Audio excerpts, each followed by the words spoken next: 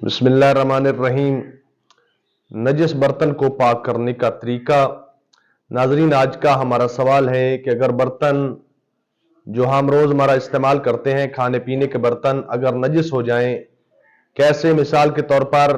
अगर बर्तन में होंठ का खून लग जाए या किसी देजका वगैरह में, तो उसको पाक करने का तरीका क्या है? तो नाजरीन, बर्तन के ऐसे नजस होने की दो सूरतें हैं। सबसे पहले या तो बर्तन का बैरूनी हिस्सा नजस होगा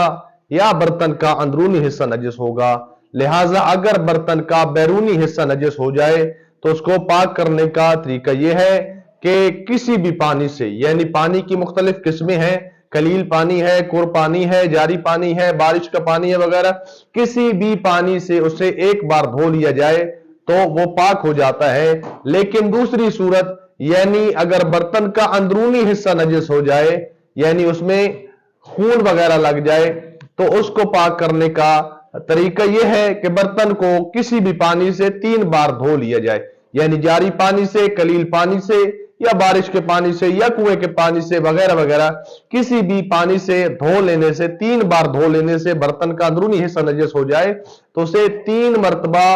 पानी से धो लेने से वो पाक हो जाएगा। तो इसी तरह दूसरा सवाल कि अगर कुत्ता किसी बर्तन को बाहर से नजस कर देता है, पहले हमने वीडियो बनाई थी कि अगर बर्तन का अंदरूनी हिस्सा कुत्ते से नजस हो जाए, लेकिन अब सवाल यह है कि अगर कुत्ता